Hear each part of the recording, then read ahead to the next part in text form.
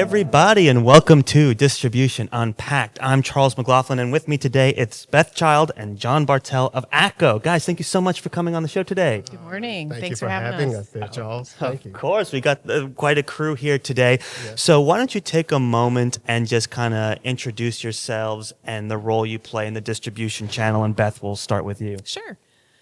Well, maybe some of your listeners don't know ACCO Brands, so I'll start That with would that. be pretty impressive, honestly. Fun fact is that ACCO stands for the American Clip Company. And so we've been in the office products business for over 100 years. And through acquisition and innovation, we've grown to be a full service office supply provider. Mm-hmm.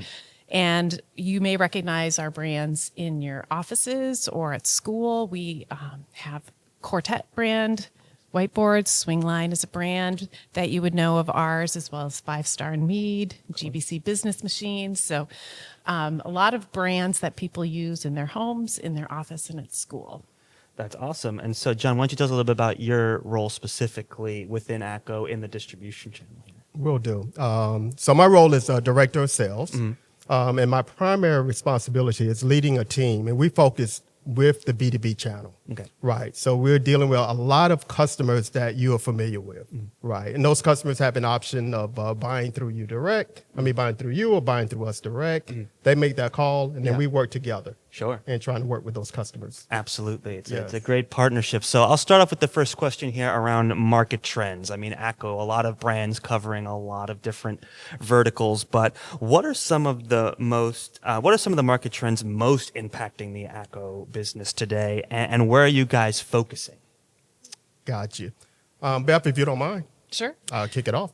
So I'm going to make my comment based on the B2B channel. Okay. Right. So what we do first is we look at where are the resellers focusing on. Mm. And the resellers are focusing right now on 3 primary groups. That's furniture, that's breakroom, and that's JanSan. Okay. Right. So that's where we see the trend going. Mm-hmm. Now, how do we work with those resellers within those trends? What we do is we call it maximizing your sales opportunities.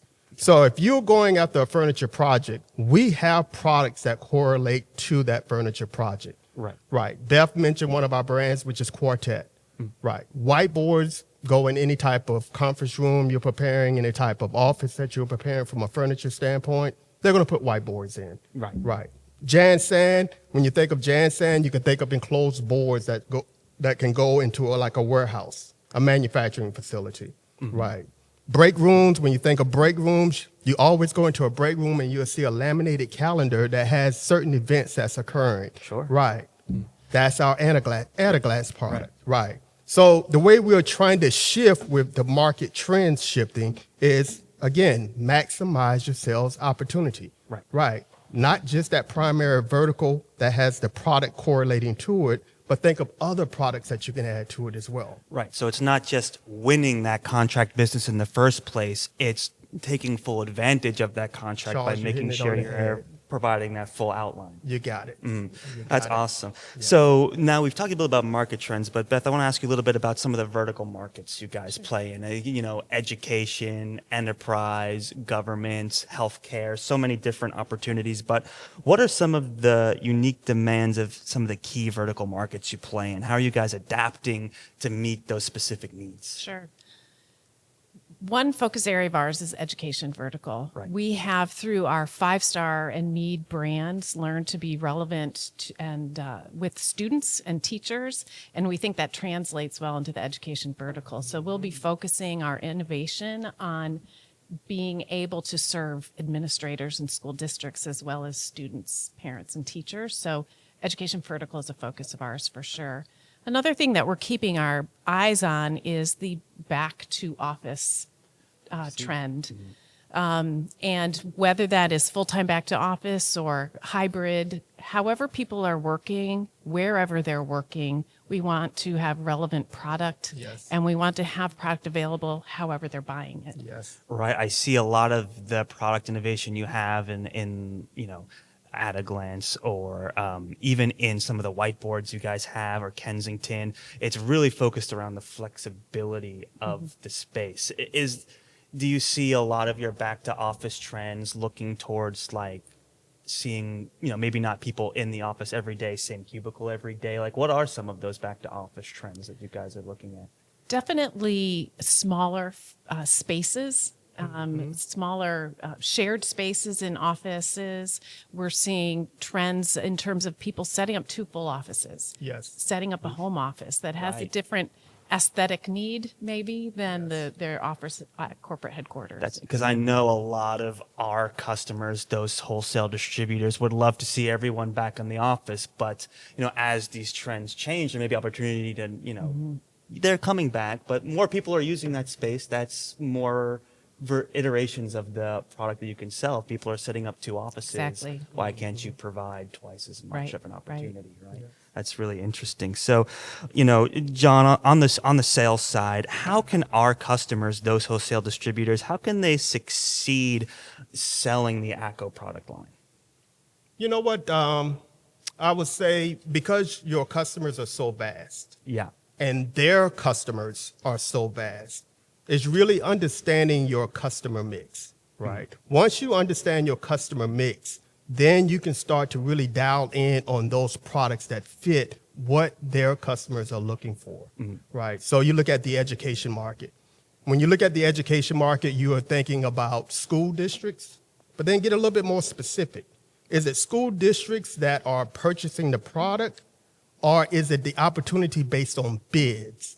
Which is totally 2 different strategies Totally, there, yeah. right? And even if it's school districts focusing on products, what are those school districts? Because if they're a private school or a charter school, typically the funding is there for them to purchase the 5-star. They're looking for that quality product. Right. Right. And the funding is there to purchase the 5-star. If your focus is primarily on the public schools, then that shifts your product focus. Public schools are going to focus on those large laminators, the laminating rolls that go with it. Okay. Right. And then the bid opportunities are there, but on the back end, you have to make sure you have the resources to do a bid because it can get a little bit more complex. Yeah. So tell us a little bit more about winning that contract bid. What do you see as some of the high-level tips that our customers can walk away with to win more of that business? The first step is the resources. Right. Because a bid is not just as simple as filling in the information and submitting it. Right. It's the resources to do the bid. And then once you have the resources to do the bid, then that's where you work with your different partners, right? To make sure you're coming up with a price point that gives you the opportunity to be very competitive in winning that bid. Right. And it Yes. sounds like ACCO has the resources not just within the breadth and depth of the product line, but in the sales structure, in the sales team as well, to assist with winning those bids. We definitely do. Oh, Yeah, we that's definitely do. awesome. Yes. So Beth, it's kind of a tradition on the show. We always ask this question to our guests. Our tagline here at SP Richards, simplifying complexity. And you guys know better than anyone how complex the wholesale distribution space can be. So I want to hear from your perspective, what complexity are you guys focused on today, especially in wholesale distribution, and how are you approaching it?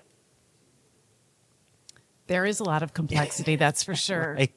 I think that one of the things that I mentioned earlier, how we want to find the consumer where they're shopping our product and to provide a consistent experience. And so I think that the taking complication out of the distribution, Right. helps, and looking at ways to partner differently, Right. ACCO with someone like SP Richards, Right. could provide a lot of simplicity to marketplaces, online selling, any channel Yes.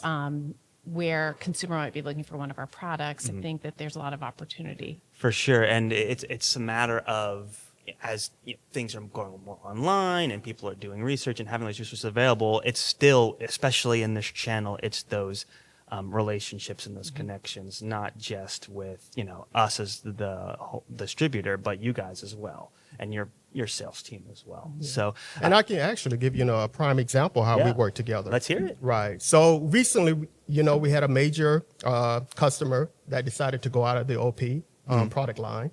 Right. Now, we work with your team to ensure that they were going to be picking up that demand. Yep. Right. Now, once that decision was made, it was made kind of what we call it in our seasonal season called the dated goods season. Oh, yeah. Right, right. Big time period for you Big guys. time period, right. So what we did is we used our resources. There's a tool that we use called Tableau. And we Okay. can look at Tableau. And Tableau was giving us the information to say, here is the demand that SP can pick up. And then we work with your team to share that information with your team. Gotcha. Right. We did not want you to lose on that opportunity to capitalize on that demand. Right. And again, in that prime season. Yeah. Right. So because it can, if that demand spikes and you're not there to meet it, You got lose it, the Charles. business, right? You To lose the someone else business. who can. And so it's the fact you're able to seasonal. forecast that and help someone so that they don't have, now they're overstocked on 2027 calendars and Or understocked. or understocked. It's a critical time to get and talk about getting that inventory level exactly right. If you're wrong on it, it's not a product that you can hold on to forever like some of your other product lines. You get it, So Charles. So that's a big one. So, Beth and John, thank you so much for coming on the show. We're wrapping up here, but before we do, I wanted to make sure you guys had one more chance to, bring anything up to our audience today, to that distribution community that you'd want them to know about ACCO Brands specifically. One exciting thing is that we've just finished an acquisition of an audio accessory line, EPOS. Okay. And so we're really excited for the opportunity to complement our technology accessories that we have in the Kensington brand. So wait for more information on that coming up soon. Very exciting. We'll have to get those in our warehouses. I saw that press release. Very exciting. Yes. Awesome. Well, Beth, John, thank you both so much for your time. We really appreciate you being on the show. And thank you all so much for watching. And we'll see you next time. Thanks for having us. Thank Have a you, great Rebecca. one.